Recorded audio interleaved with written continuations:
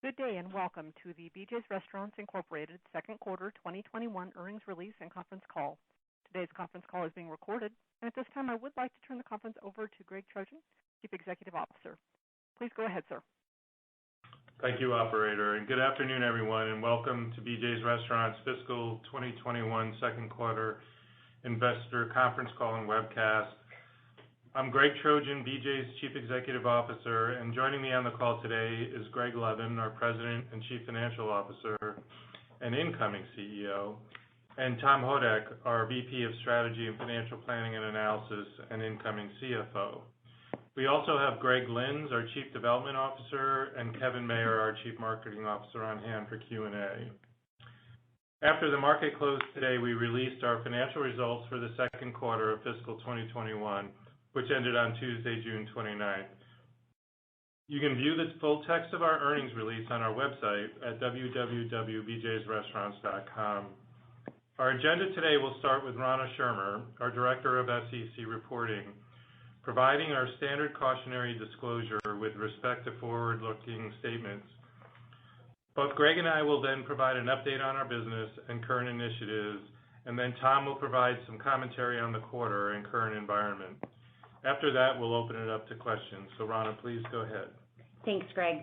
Our comments on the conference call today will contain forward-looking statements within the meaning of the Private Securities Litigation Reform Act of 1995.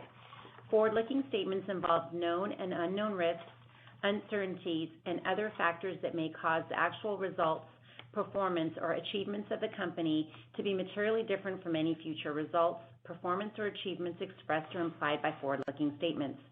Investors are cautioned that forward-looking statements are not guarantees of future performance and that undue reliance should not be placed on such statements. Our forward-looking statements speak only as of today's date, July 29th, 2021. We undertake no obligation to publicly update or revise any forward-looking statements or to make any other forward-looking statements, whether as a result of new information, future events, or otherwise, unless required to do so by the securities laws. Investors are referred to the full discussion of risks and uncertainties associated with forward-looking statements contained in the company's filings with the Securities and Exchange Commission. Greg? Thanks, Rana. It's been an incredible experience leading BJ's for almost 9 years. And oh my, has it ever gone quickly. As the old adage goes, time flies when you're having fun, and fun for me is defined by the ability to grow and evolve our business in many ways. I remember when I first came to BJ's in 2012. Meeting some of you in person and on calls early on, I made mention of the fact that I was attracted to BJ's for a number of reasons, all of which are as relevant today as ever. First and foremost, I was attracted by the strength of the concept. The original founding group of BJ's, then succeeded by Jerry Hennessy and Paul Matenko, and further iterated and evolved by Jerry Deitchle, each contributed in their own ways to create a truly compelling and unique concept, as evidenced by the industry-leading traffic and sales volumes in the casual dining space. I was also drawn by the strength of BJ's management team. Our operations leadership, along with our senior leadership team at our Restaurant Support Center, is made up of a majority of folks who were part of BJ's before I even arrived on the scene. This longevity and depth of experience, but most importantly, the talent level of our team, is an important competitive advantage and one we probably don't talk enough about. And the dedication, resilience, and focus of our restaurant level teams at all levels, from dishwasher to general manager, has been a stalwart of our success throughout the years, and never been on display more than through the pandemic challenge past year and a half. So a great concept together with a first-class team is a combination that's hard to beat. But when you add to that a brand that, because of its eclectic menu and timeless design, can continue to evolve without losing the core of its essence, along with a long runway for organic growth, I think you really have something. It's been my great honor to be entrusted by our stakeholders through our board of directors with the responsibility to lead this brand and this team over the past 9 years. If I were a younger person, I'd look at the same brand assets and be even more excited about BJ's prospects than I was even 9 years ago. I'm delighted to be handing over the reins to someone as knowledgeable, passionate, and capable as Greg Levin. As many of you know, Greg and I worked together for a time well before BJ's at California Pizza Kitchen when he was a star up-and-comer on the finance team. It's been a thrill to see him develop as a leader through his dedication and fueled by his love for this business and the people that make BJ's what it is today. I look forward to helping Greg and the team in any way I can in my continuing role as a board member. I'll let Greg go through the current results, but I'll kick off with an observation I repeated many times during the pandemic and that I believe is being proven out as we emerge and recover. The resilience of the dine-in restaurant business, and I believe a particular strength of the BJ's brand, confirmed by our recent research, centers around the basic human need to socialize with friends and family. We provide an oasis from the ordinary around the fundamentals of food and drink. It's a strong business model that certainly has been tested like never before over the last 18 months. But we are seeing the strength of those human needs demonstrated by the enthusiastic return of guests to our restaurants. Last but not least, I'd like to thank the thousands of team members who make all of this happen in our restaurants each and every day. They're the ones who take our ideas and passion to grow our business and make it a reality. So with that, I turn it over to Greg. Thanks, Greg. Before I move into my remarks on the quarter and our initiatives, I want to take a moment to thank Greg Trojan for his nearly 9 years leading BJ's growth and progress as a concept, and personally for being a great mentor to me. During Greg's tenure, we expanded from 127 restaurants to 212, while setting our pathway for continued national expansion with a goal to more than double our current platform. We also initiated Project Q and a host of efficiency initiatives while bringing innovation to our menu with offerings such as our Healthy and Lightened menu, our loaded burgers, and more recently, our highly successful slow-roasted protein platform. During Greg's tenure, we emerged as leaders in developing and implementing a mobile app for casual dining, and to this day, we may be the only national chain using handheld server tablets in our restaurants to improve the guest dining experience. Greg will remain a guiding light as a BJ's board member. With so much growth potential, I'm excited and look forward to building on this platform with the entire BJ's team. Switching to our recent performance, I'm very pleased to report that the positive momentum in our business continued throughout the second quarter of 2021. Driven by both improving dining room seating capacity in key markets and guests eager to return to our restaurants, our sales are continuing their steady recovery. The quarter began with weekly sales per restaurant averaging $102,000 in April, as indoor dining restrictions remained in place with less than half of our locations able to seat up to 100% capacity. In May, our weekly sales average rose to $106,000 as certain states loosened restrictions and we had Mother's Day and the start of graduation season. In June, our sales accelerated even further, with our weekly sales average increasing to $110,000 as the remaining dining room seating restrictions were removed, including our California restaurants on June 15th, and we had the benefit of Father's Day as well. Our sales are also improving on a comparable restaurant basis.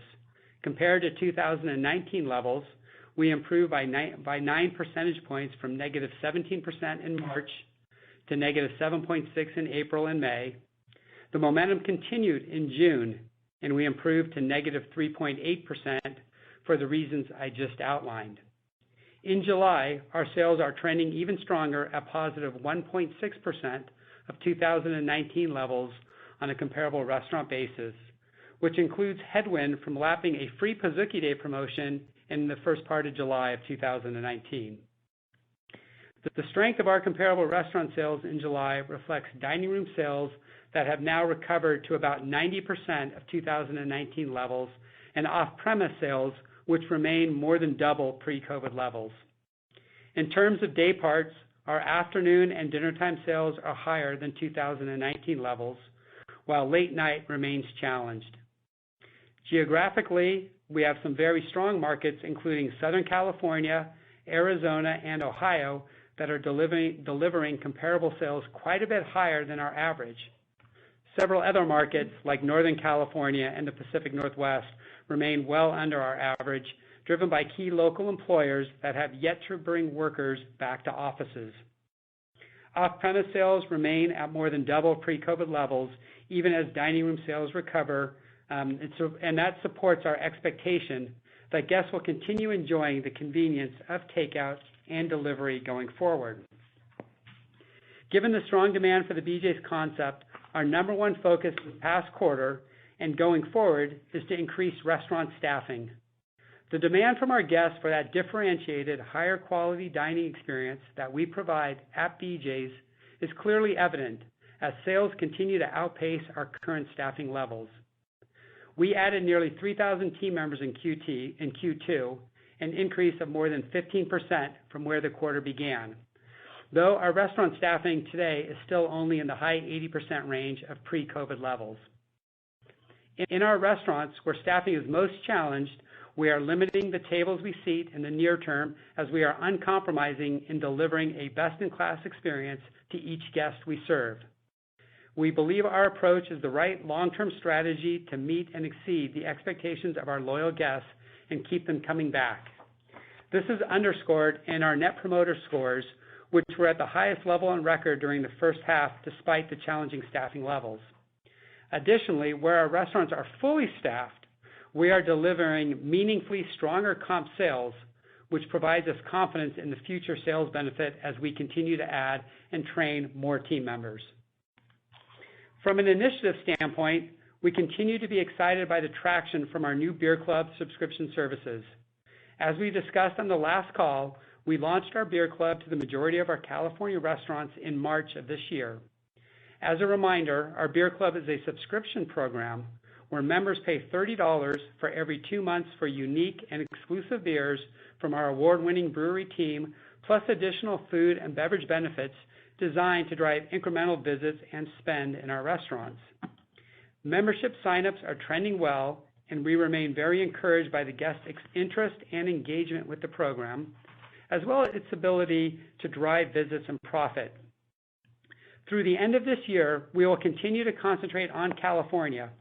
However, looking forward, key states including Texas and Florida recently adopted permanent legislation allowing alcohol to go, increasing the markets where we can offer our beer club. With nice incremental sales and encouraging reviews, we continue to test Slow Roast, our virtual brand, in approximately 30 restaurants in California and Texas. Our next phase of testing will be iterating on the menu to ensure we have the best brand and offerings. And again, we want to build our staffing levels closer to pre-COVID ranges before expanding on this exciting opportunity. As I said earlier, we know that fully staffed restaurants are delivering meaningfully stronger comps, and therefore our number one focus will be restaurant level staffing. Additionally, as Greg Trojan mentioned, this past year we have been enhancing our guest research and also our innovation capability. Our expanded guest research has helped us identify most valuable guests and their needs and wants from BJ's, and will be a key lens from which to focus our menu innovation, marketing, and hospitality initiatives going forward. While our innovation team is a cross-functional team from key areas in our restaurant support center and select test restaurants that are continually testing and innovating around better ways to improve the guest experience. Combining our guest research with quick prototyping, innovation, and testing so we can learn even faster and provide better solutions for our guests will be a powerful driver of BJ's performance going forward. Before I pass it over to Tom, no discussion of our growth prospects would be complete without addressing our vast opportunity related to new restaurant openings. We opened our 2 2021 openings in the second quarter in Maryville, Indiana, and Lansing, Michigan. Early sales have exceeded our high expectations, which is fantastic as we continue expanding into new markets. We're also scheduled to reopen our Richmond, Virginia restaurant in a few weeks after temporarily closing it during the pandemic and recently completing a limited remodel there. As we look beyond 2021, we are seeking to increase our new restaurant openings so that we achieve a minimum of 5% plus increase in operating weeks over the longer term.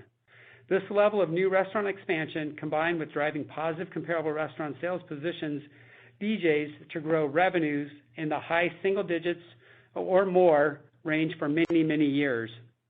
For 2022, we are currently targeting 8 to 10 new restaurants as we have built a solid pipeline for next year. We remain incredibly optimistic about the opportunity for many more new locations as we continue on our path to at least 425 domestic restaurants. Finally, I'd like to take a moment to acknowledge my appreciation for every one of our team members, as they are the backbone of our rebound and will be the driving force for many successes going forward. Throughout Greg's tenure at BJ's, he fostered a culture that values collaboration, inclusion, diversity, and celebrating each team member's contributions and accomplishments. This well-established ethos will not change as we transition to our new leadership structure. Tom and I are firmly committed to fostering the ongoing growth of BJ's culture, and we will continue to prioritize integrity, collaboration, innovation, and the delivery of our gold standard of operational excellence. This will allow BJ's to continue delivering memorable dining experience for our guests, successfully grow the BJ's concept and brand, and build value for shareholders. Now, let me turn it over to Tom, our current Vice President of Strategy and Financial Planning Analysis and incoming CFO, to provide a more detailed update from the quarter and current trends. Tom? Thanks, Greg, and good afternoon, everyone. Before I begin, I wanted to take a moment to share my excitement for being named as BJ's next CFO. Greg Levin is a true leader and mentor, and I couldn't ask for a better leadership team to continue partnering with in my new role. And to all of our analysts and investors participating on or listening to this call, I look forward to spending more time with you in the coming months. Now, on to the details of the quarter and some forward-looking views. Please remember this commentary is subject to the risks and uncertainties associated with forward-looking statements as discussed in our filings with the SEC. As Greg just outlined, our sales improved sequentially and meaningfully throughout the quarter, which we believe was driven by both capacity and demand. On the capacity side, we began April with more than 70% of our dining rooms still operating with some form of dining room capacity limitations. In late June, our last remaining markets with capacity restrictions fully reopened and were once again allowed to fill every seat in each of our restaurants, though staffing is now the governor for us, operating at our true full capacity. On the demand side, guests are clearly eager to dine out again. COVID cases declined throughout the quarter as vaccination rates increased, giving more guests comfort dining out. Anecdotally, we are seeing more regulars returning to our dining rooms and bars, which is fantastic. On a more macro level, household balance sheets are stronger than ever, and guests in general have more to spend on experiential dining, such as BJ's. Total revenues for Q2 were $290.3 million, and we reported net income of $6.4 million and diluted net income per share of 26 cents on a GAAP basis. The higher level of sales during the quarter allowed us to productively leverage certain variable and fixed costs in our business, resulting in restaurant-level operating margins of 14.8%, which improved by 330 basis points from Q1. Adjusted EBITDA also improved to $27.7 million and 9.6% of sales in our second quarter, marking a more than 100% increase from $12.7 million in the first quarter. Inflation of key restaurant costs, including food and labor, ticked up as the second quarter progressed. We took approximately 2.5% in pricing in recent weeks, which is below the current inflationary environment, as we regularly do to help offset inflationary elements of our cost structure. We will be watching labor and commodity inflation levels as we move through the second half, but believe our conservative approach to pricing during the pandemic to maintain our value leadership position will allow for additional pricing if the environment warrants. Cost of sales came in at 26.0% for the quarter, up 90 basis points from our first quarter. The increase was driven by higher commodity costs across our market basket and higher incidence of our slow roasted proteins during the celebratory season. Labor came in at 35.9% in the second quarter, which was 70 basis points better than our first quarter, as leverage from higher sales outpaced rising labor costs. While it remains difficult to compare labor to last year, our 35.9% labor is only 10 basis points higher than Q2 of 2019, when our weekly sales average was 7% higher at 113,000 versus 106,000 this quarter. Our labor productivity is a result of adjustments we made last year to create a smaller yet still very broad menu, changes in management staffing levels based on weekly sales results, the continued strength of our off-premise sales, and the leverage we are getting from the continued increase in weekly sales. Our progress adding new team members resulted in approximately 20 basis points impact to labor due to the extra training required over a more normalized 2019 hiring and training levels. As Greg noted, we will continue to add even more team members to restaurants in the coming months, which we expect to have an incremental sales benefit. Operating and occupancy costs were 23.3% of sales for the second quarter, an improvement of 350 basis points from the first quarter, as sales growth leverage more than offset the increases in variable elements. Our Q2 operating and occupancy costs include 1.2% of sales for marketing. Also included in operating occupancy costs was $1.5 million of operating expenses for temporary patios, which we continued to get solid returns on and which generated over $5 million in revenues for the quarter. However, given how we can now fully seat in our dining rooms, we removed many temporary patios by the end of Q2. G&A for the quarter was $17.0 million. We are still targeting G&A of around $67 million for 2021, which includes more than $6 million for incentive compensation, compared to less than $500,000 booked in 2020 due to the impacts of COVID on the business. As always, depending on results, the $6 million of incentive compensation may vary. Our G&A budget also includes approximately $7.1 million related to equity compensation, which is about in line with 2020. Turning to the balance sheet, our improving sales and resulting cash flow allowed us to repay an additional $35 million of debt in the second quarter, reducing our debt balance to $81.8 million. In fact, our cash flow generation in the second quarter has now put us in a positive net cash position, with our cash balance of $88 million, more than offsetting the amount of debt outstanding at quarter end. We also repaid an additional $10 million of debt subsequent to the close of our second quarter. We are beginning to use our strong liquidity to drive growth, with construction started on 2 new restaurants we intend to open in early 2022, and another location where we will break ground in the coming weeks, as well as further investment in our sales driving initiatives. We are very pleased with the strength of our balance sheet and will remain consistent in our approach of prioritizing growth driving investments to build new restaurants and improve our existing restaurants. We anticipate next year we will be in a position to determine the appropriate balance of investment and return of capital to shareholders. Shifting to today, we are very pleased with the continued improvement in our comparable restaurant sales versus 2019. We remained steady in the positive low single digits throughout July, finishing the month at a positive 1.6%. In fact, our July weekly sales average reached the highest level ever for the month. While we continue to monitor the COVID landscape, including the Delta variant, we remain optimistic in our ability to continue to grow sales into Q3 and the rest of this year.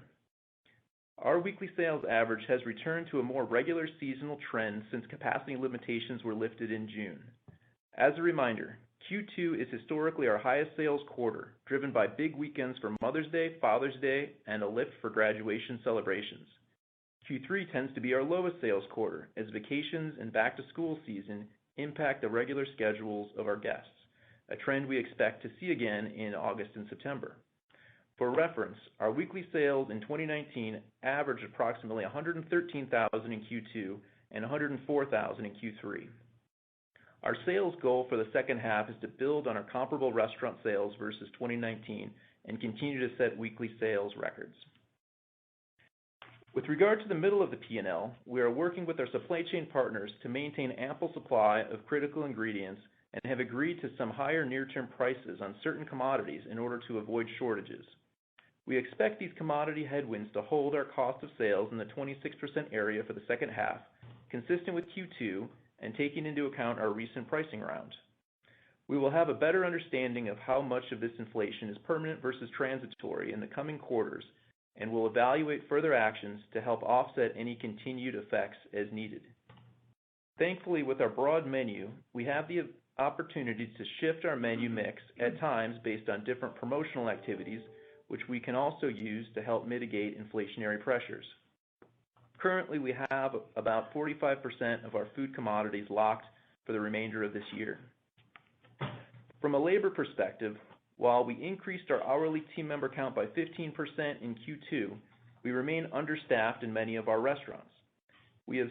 As we have said consistently, we are in a high-touch business in which the precise execution of every aspect of our operations, including food, service, and hospitality, drives long-term sales growth and brand loyalty. As a result, we believe we can drive even more sales upside by continuing to recruit and train kitchen and front-of-house team members and restaurant managers, which, in turn, will help offset the additional labor investments. Therefore, we expect labor in the mid to high 37%, which would be slightly above Q3 of 2019 levels, taking into account the modest labor investment as we continue to hire and train team members and the typical deleveraging from seasonally lower sales in Q3. We expect an increase in labor efficiency once we are past the short-term investment of hiring and training. For operating and occupancy costs, we expect to remain around $24,000 per restaurant operating week average for the balance of the year, consistent with Q2 levels. I anticipate G&A to be in the $17 to $17.5 million range in Q3, which would be up modestly from Q2 as we continue to ramp up the hiring and training of new restaurant managers, selectively add additional resources to execute our growth initiatives, and return to a more normal level of general business activity, including travel. Additionally, I'm expecting our diluted shares outstanding to be approximately 24.1 million for the third quarter. In summary, we are now generating higher sales on a comparable restaurant basis compared to 2019 as we address the challenges related to labor, inflation, and supply chain. We also just delivered our highest sales ever in July, which is a testament to our guests' excitement to return to our high-energy dining rooms and the sustainability of our delivery and takeout sales gains. Adding our gold standard level of food and service execution and the value proposition across our menu, including our daily brew-house specials, happy hour, results in clear differentiation that our guests love and a strong competitive advantage for BJ's. While there may be still some near-term disruptions as the country and restaurant industry continues its recovery, we remain incredibly optimistic regarding our ability to continue delivering outsized growth, both in the second half and in the years to come. Thank you for your time today, and we will now open the call to your questions. Operator? Thank you. If you'd like to ask a question, please signal by pressing star one on your telephone keypad. And if you're using speakerphone, please make sure your mute function is turned off to allow your signal to reach our equipment. Again, that is star one to ask a question. And we will go first to Alex Slagle of Jefferies. Hey, thanks, and congrats to all of you on your respective next adventures. Wanted to follow up on the comments on the staffing levels. I guess on the fully staffed units, you're driving meaningfully higher same-store sales. If you could provide any color on sort of what that gap looks like and also how different the guest satisfaction scores are, what you're seeing there. Yeah, Alex, first of all, thank you for your introductory comments there.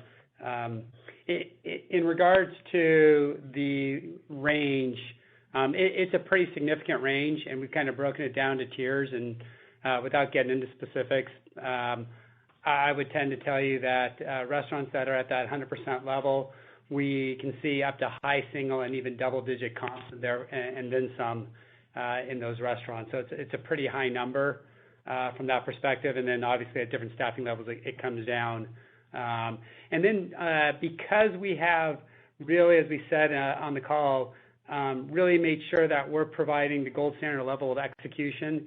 Even in restaurants that have lower staffing, we are not in the position of basically giving a server 15 tables, or if we're limited with a certain amount of cooks, trying to open up all of our tables out there and just not give the right right hospitality and execution service to our guests from that standpoint. So because we've been able to do those things, our NPS scores don't have quite the dispersion that you see on the comp sales side of it when all of our tables are open. Okay, makes sense. And then on the outlook on the third quarter, just trying to think what kind of assumptions generally you're making on volumes and capacity. I mean, I guess there's a little more uncertainty now, just given unknowns of the virus and potential restrictions. But any color here would be helpful, and also on the patios, just your ability to be flexible there and reopen if you need to.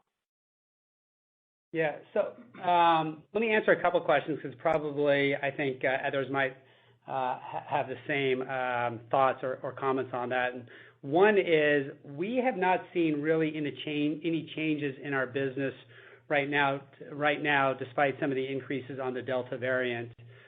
Even in Southern California, or at least in the Los Angeles area, where mask mandates have come back into place, we haven't seen a change in the positive comp sales trends of the Los Angeles market in that regards. And same thing as we look at other states.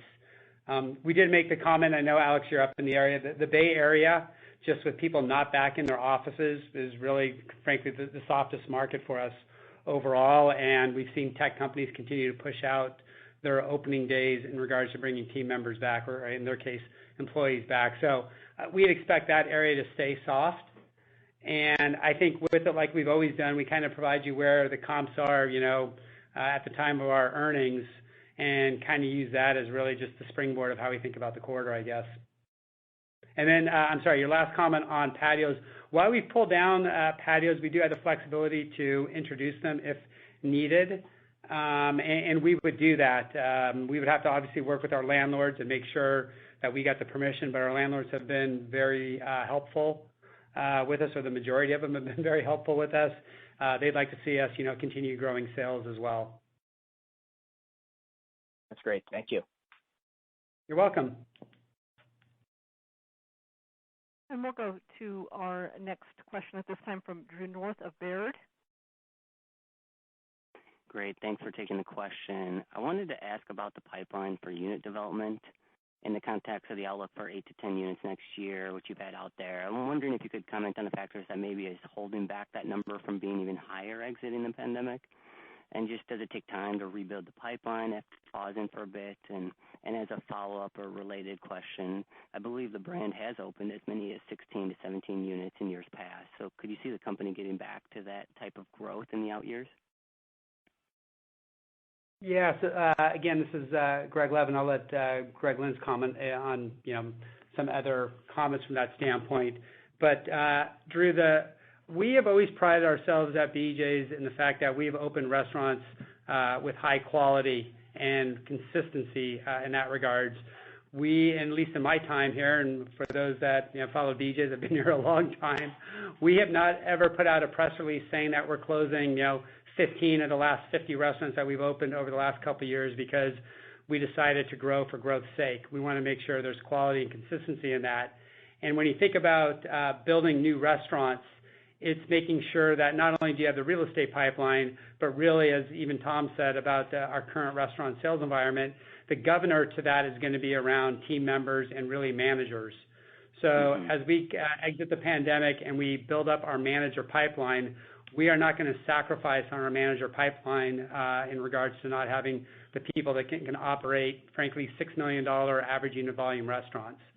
So for us to get back to where we want to grow our business, we're going to do it in a very deliberate manner that allows that quality and consistency. So as we think going from 8 to 10 next year, that's still going to be a lot of investment into our business in regards to hiring managers, making them go through our training program, as well as hourly team members and so forth. So when we think about that part of our business, we want to do it, as I said, very deliberately.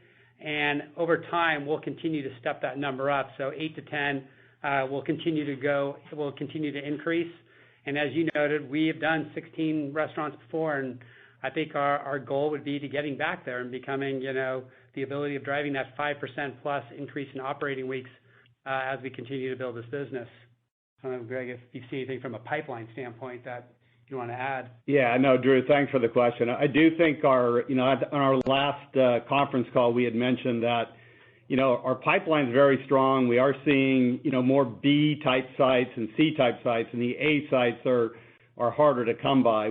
I will say in the last 2 months or so, we have noticed an increase in deal flow, and we're pretty bullish and confident that over the next 24 to 36 months, there'll even be more A sites available to us. And as you know, we have plenty of white space available with still a lot of states we haven't penetrated, with only 212 restaurants in 29 states today. Mm-hmm. That's all very helpful. I wanted to also circle back on the staffing topic. I was wondering if the challenges there are concentrated in any particular region or market, and just maybe stepping back, what are the company's specific initiatives that you have in place that could help accelerate your ability to fulfill those staffing needs as opposed to needing the labor environment to improve? Yeah, Drew, we tend to see there's always going to be pockets that are more challenging than other pockets. They've been that way ever since I've been in this business. As Greg Trojan mentioned, going back to California Pizza Kitchen days.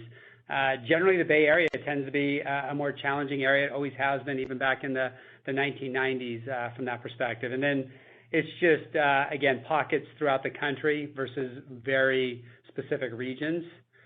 In regards to incentives, we've gone down the path like many other restaurant companies have in regards to job fairs and other incentives out there. I think the best thing that we tend to look at is how do we incentivize and reward our current team members. We don't think it's the right thing to do is to offer bonuses for somebody new joining us when we've had somebody working for us for 5, 6, 7 years. So our general viewpoint is really make sure we're taking care of our current team members, building on that culture within the four walls of our restaurants, and that in of itself feeds on itself to bring other people into BJ's. And last one from me, I was just wondering, and maybe I missed it, did you share the off-premise either sales mix or average weekly sales for Q2 and or July? That'd be helpful. Sure. For off-premise in total, so for Q2, our off-premise WSA was 24,000. And do you have perspective on July? Yeah, we've seen the off-premise. We're still sitting above 20,000. So mm-hmm.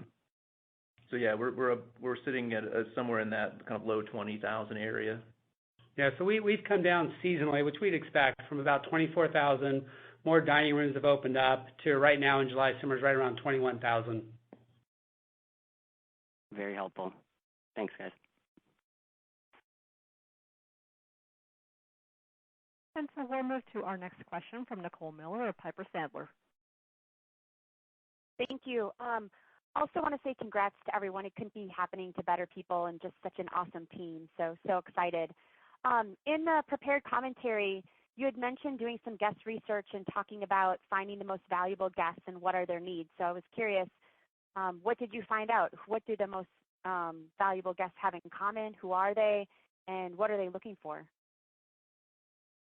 Yeah. So, Nicole, I'm going to let Kevin Mayer, our Chief Marketing Officer, probably handle a good portion of it. But as we've always said at BJ's, we provide this kind of higher quality energy dining experience, which is very experiential. And I'm stealing a little bit of thunder from Kevin. It's that whole experience which is really important, and I'll let kind of Kevin build on that because he's the guy that's really been leading it up inside BJ's. Yeah, thanks, Nicole. I guess just from a methodology standpoint, we did a number of different things in our research. One starting with our most valuable guest survey, which are guests that came in some cases 40 or more times a year. So we could really understand why they had such a magnetism for our brand. We did expand that into a larger segmentation study, and what we just found is that, as Greg was saying, there's an energy that they're attracted to when they walk in the door. There's a consistency of the execution, and there's ultimately the social aspect of the concept that they just love, whether it be the team members that are connecting with them, They have plenty of stories of our team members knowing their drinks when they walked in the door to actually, being able to work through them with the menu, to the people they come with, and the fact that they can, for any occasion, ultimately come to BJ's. Through the segmentation, we found there's two core guests, and what they have really in common is just the social aspect.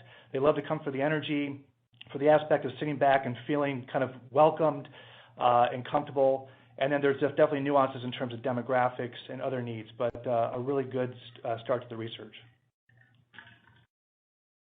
Awesome. We'll continue to follow up on that. And then just making sure we assign the appropriate level of understanding, risk is definitely too strong of a word, I'm sure, but 8 to 10 stores next year, if we want to model an over-under, I'm sure they're obviously all identified. Are they all LOIs? Are they all signed leases? First half, back half? Just want to get it right.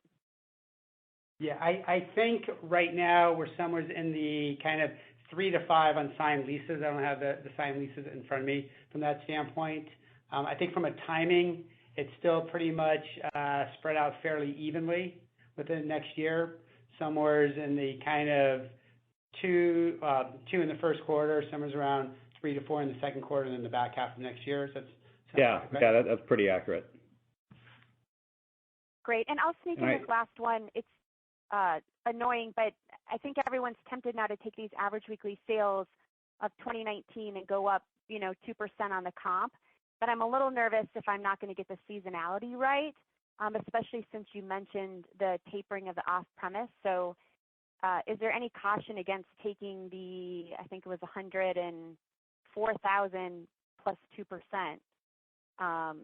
If there's, I don't know what you would say to that as a last question, and thank you. Nicole, I think that's a reasonable way to think about it. As we look at our numbers internally, we hope that obviously as we bring on more team members and make sure, we're doing everything right from that standpoint, that allows our effective capacity to expand, that frankly would allow our comp sales to increase. When we talk to our operators and ask them where they feel they're operating, they will tell you that they think our capacity today is somewhere in kind of the 80% range, even though we have technically all the seats open for all of our restaurants. But just when we think about the staffing levels and so forth, we're not necessarily seating or serving all of our, seating our guests at all of our seats in that regards. So we're always a little, cautious from that standpoint as we bring team members on. But I do think, given the current environment and assuming, there's not major changes related to COVID, I think looking back in 2019 from a comp sales perspective, that's how we're tending to look at it, and then how the comp business is moving from there. Thank you so much, and again, congrats. Thank you. Thank you.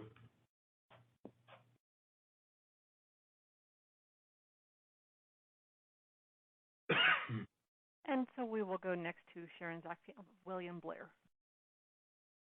Hi, good afternoon. Thanks for taking the question. This is probably a tough question to answer, but I'm curious on your line of sight to getting fully staffed. Is that something that you're hoping to get to by year end or even sooner?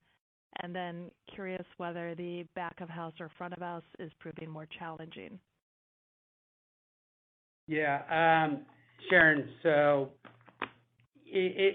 first of all, it's a great question in that regard, because obviously it's so key to driving sales and giving that gold standard level of execution to our guests. And ideally, we'd like to be fully staffed tomorrow.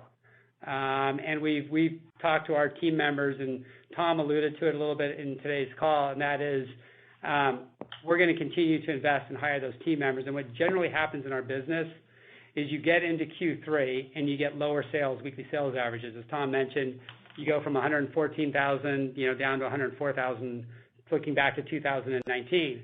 So generally, your operators are going to adjust their staffing levels because of that. That's just what happens as you come off the high water mark of June with the graduations.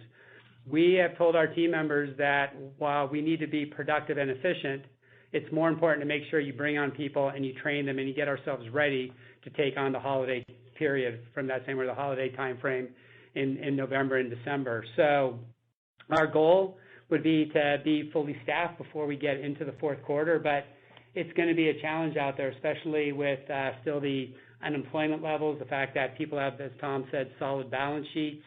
They're getting the refunds that supposedly, are going to end in September. We'll see how that plays out. But it's, as you said, it's a difficult question, but our goal would be sooner than later. And our goal is not to, hold back on Q3 when seasonally weekly sales averages do come down. We'd rather make sure the staffing level's correct, and have those team members in there so we can go into the fourth quarter when our weekly sales averages start to increase again and be ready to go. That's really helpful. I know you also mentioned the late night business is still a bit of a drag, but has that started to improve? I mean, did you see an uptick there as the second quarter went on into July? We did. That business has improved. We have talked in the past that late night somewhere between 13 and 15,000. It's moving in the better direction. We're still, a good $1,000, a few $1,000 less than where we want to be there, but it has improved. I think frankly, the sporting calendar helped a little bit, in that regards with NBA playoffs and things like that, and then removing the social distancing made a big difference. Here in Southern California, for the longest time, you couldn't seat at the bars. Now you can seat at the bars, and we're getting those regular customers coming back, both in the mid-afternoon, which as Tom mentioned, or I think I mentioned actually, our sales are higher now in the mid-afternoon, but we're seeing those regulars come back at late night as well. So it's moving in the right direction. I would tend to say the two areas for us right now would be that late night and frankly the Northern California area, I think, are the kind of maybe two bigger areas that are keeping comp sales from even accelerating greater, putting staffing aside. Thank you.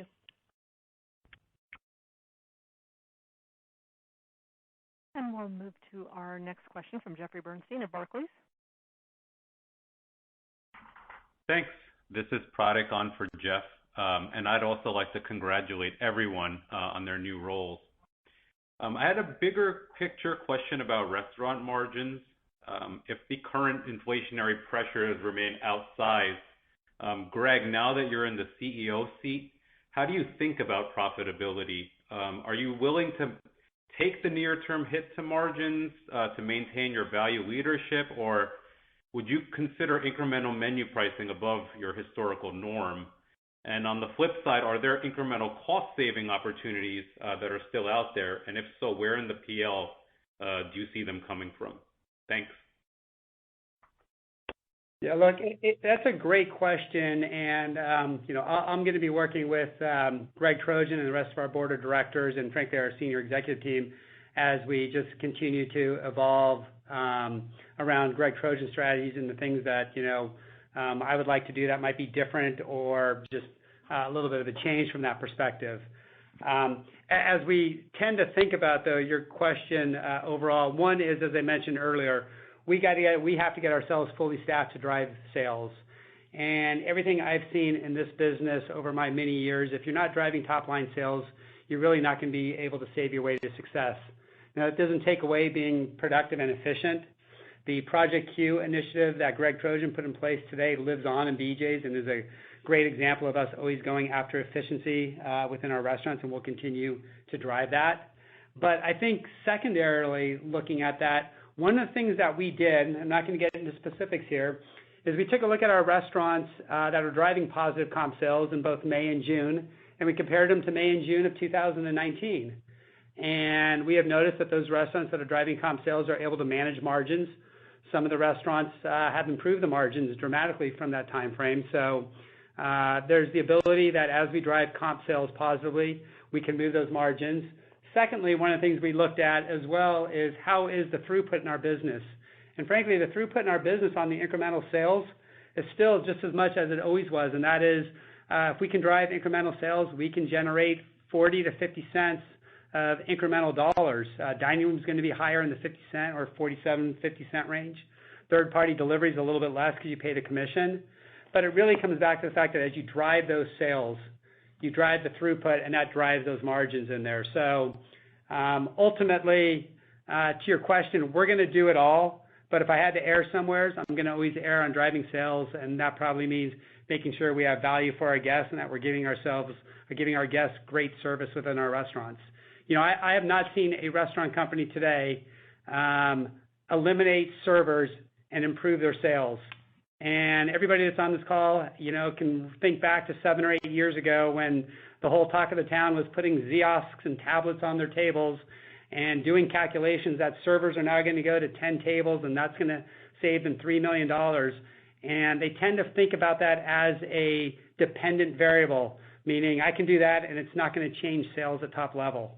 So our goal, as Kevin Mayer just mentioned earlier, looking at our guests, it's about the experience within the four walls of our restaurant. We're going to make sure that we continue to deliver memorable dining experiences at BJ's.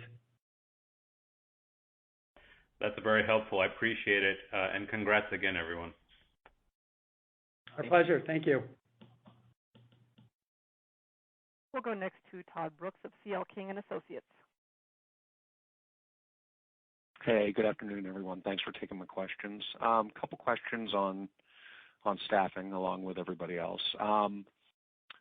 Did you share or would you share a kind of number of bodies to fully staffed? I think you talked about 20,000 on the last conference call, and I believe earlier this call you said you hired 8, but then again demand has rebounded sharply. So where do we feel we are as far as additional bodies that we need to hire to get to that fully staffed level that you're targeting? Todd, I don't know the exact number. I think we said at one time that we were around 23,000 team members. Today I said our staffing levels is kind of in the mid to high 80% range. So I think if you kind of back into it that way, and again, this is just doing the math off of today's earlier formal comments, it puts you in the high teens, in that regards. Okay, great. And then as the quarter progressed, you touched on this, Greg. Ease of hiring as far as we've gotten closer to September, as some states have terminated the unemployment benefits earlier in the quarter, kind of the pace of bringing new applicants on board. Can you talk to how that's changed as we've moved into June and July here? It's gotten better. Look, I think there's a couple things that have played in there, and this is nothing original from Greg Levin in this regards, and that is, as Tom mentioned, balance sheets are strong for consumers and for basically people that need to get a job in that regards. They're getting the unemployment benefits, and I'll get back to your comment about some of the other states that have started to eliminate the federal, but they get the unemployment benefits coming through. You still have child care on there, and then frankly, as a country, we kind of opened up in June, right in the middle of summer, where people have gone, hey, I've been stuck inside for the last year. Do I really want to go out and get a job right in the middle of June, or can I, have a summer before I have to go back and get a job? So I think as we get later into this year, I know unemployment benefits from a federal standpoint will end in September, that things will get easier. That's what I'm saying it knowing, and then you've got child care that's going to help with people going back to school. So I think all of those forecast a better hiring scenario in the future. But even taking a step back from that, we have heard from our team members that if certain states have eliminated the federal unemployment, that they've said it's gotten easier from that perspective. And I would tell you, going through the summer months, it seems to get easier every single month from that perspective as well. Great. And then a final question, if I may. You talked about slow roast, and we're in 30 stores in test now, and obviously kind of holding at 30 until we get to staffing levels when we want, so probably into the fourth quarter.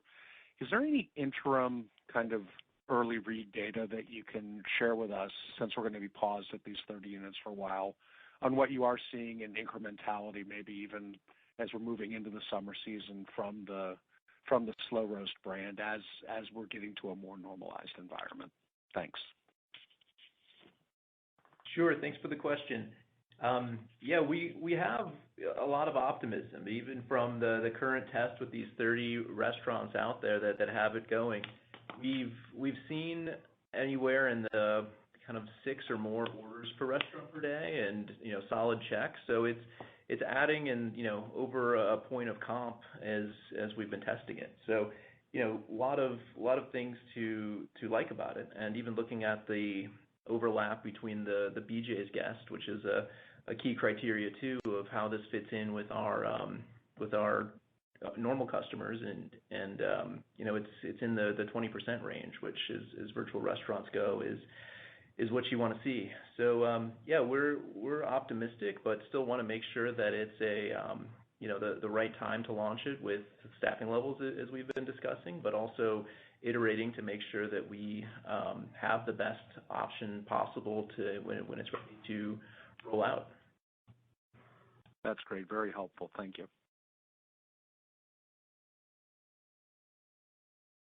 And our last question comes from Jon Tower of Wells Fargo.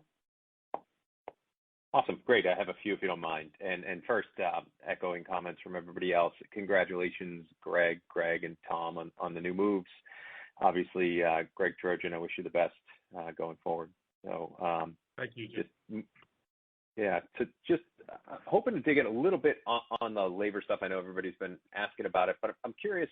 On the one hand, you're going to see elevated costs this third quarter related to recruiting. I am curious to get your thinking on how long that persists, and then going forward, thinking about how some of the menu changes that you did during the pandemic, and obviously there's some of the off-premise sales coming through and some staffing changes around it.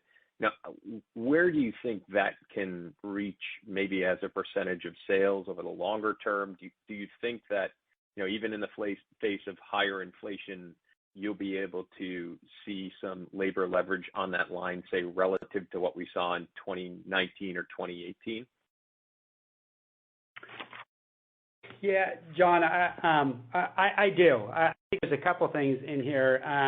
One is after next year, California reaches $15 minimum wage. So you've got 30% of our restaurants that now are just going to be kind of a CPI versus this kind of bigger bump that we've taken, and we've kind of proven that we know how to operate our restaurants in a high labor states. And, I think about some of the, other concepts out there that don't have to deal with some of the California things. Those are coming down the line. And I think there's going to be more challenges, frankly, maybe at other concepts than ours, just because of where we are from a structural standpoint to begin with in that perspective. So I think that's one that's going to be a real benefit for us going forward, just having California kind of hit their minimum wage and just adjusting it to a CPI perspective.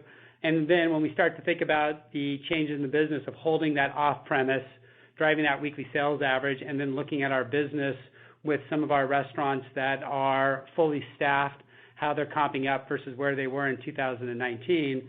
And as I said, their margins were in line or better than 2019, just depending where they were on that kind of on that matrix and in different markets.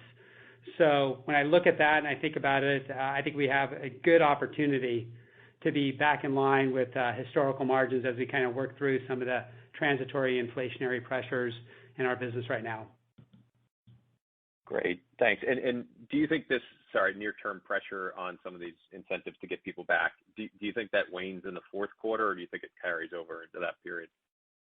Well, if we can get ourselves to, back to the staffing level, I think what we end up seeing is a decrease in overtime and a decrease in training, and both of those actually have a fairly decent impact on labor margins in our business and get us back to, again, being better from an inflationary standpoint. Even when we look at our labor rates, there's a big difference between labor rates with overtime and labor rates without overtime.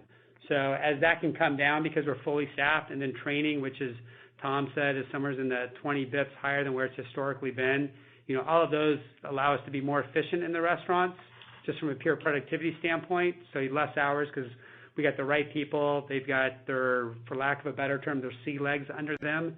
And then we end up eliminating those additional costs around overtime and around training. Great. And then just maybe this is a question for Kevin. In terms of the guest research that you've done, are you starting to implement some of the information that you've learned from this study, or is it still kind of more of a 22 or late 21 type of push? And if so, can you give an example of what you've done? Yeah, there's always more to learn from our guests. So let's just start there. That there's a few other steps of this process yet. We're doing some things with some credit card behavioral data that's going to give us another overlay to really understanding our guests on a daily basis in terms of how they behave with us. But going back to your question, we're now, the whole point to this is to, as we understand our guests, is to continue to create more differentiation within the space.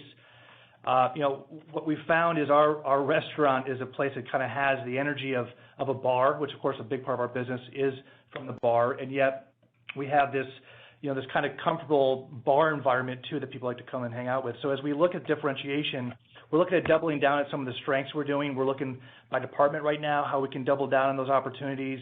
We're applying some of this into the way we do targeted marketing. We're even looking at the way we look at our loyalty guests and other opportunities to continue to drive more frequency and upsell. So we're kind of across the board, but this is probably, I'll call it a 12 to 24 month evolution to get us to a point where we're really, working on all cylinders with this new information. Got it. Thanks. And then lastly, Tom, I just want to clarify, I believe you had said earlier that other op expense at the restaurant level, $24K per week. Is that inclusive of the marketing spend for the balance of the year, I think you were saying, or maybe it's just the third quarter? I think that was just the third quarter, wasn't it? Yeah, it should be a good estimate for the balance of the year, but that's correct. And that's inclusive of marketing? Sorry. Correct. Awesome. Great. Thanks. Appreciate the time. Got it. Thank you. And so that does conclude the question and answer session, as well as today's call. We would like to thank everyone for your participation. You may now disconnect. Thanks, everyone. Thank you.